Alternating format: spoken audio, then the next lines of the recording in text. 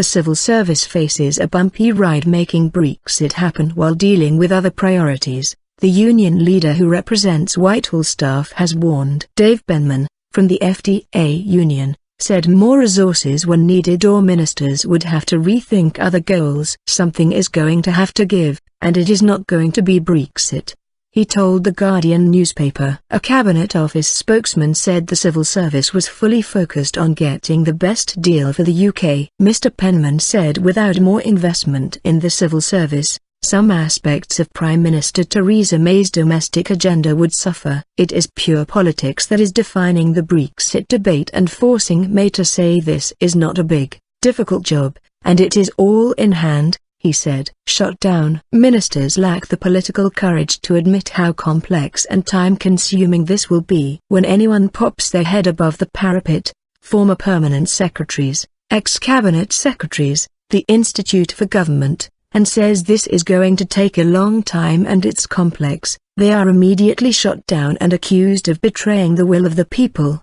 The Foreign Office and International Trade Department were given extra money in last month's autumn statement.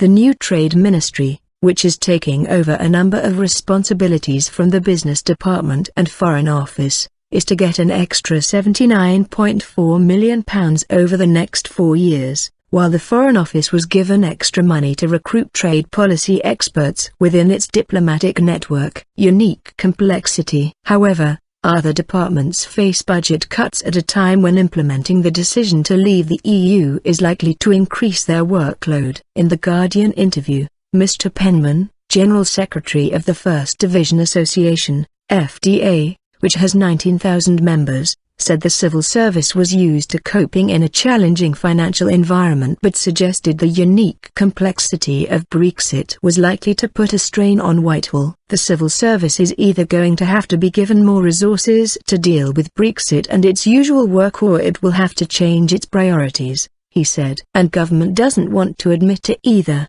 Formula One car.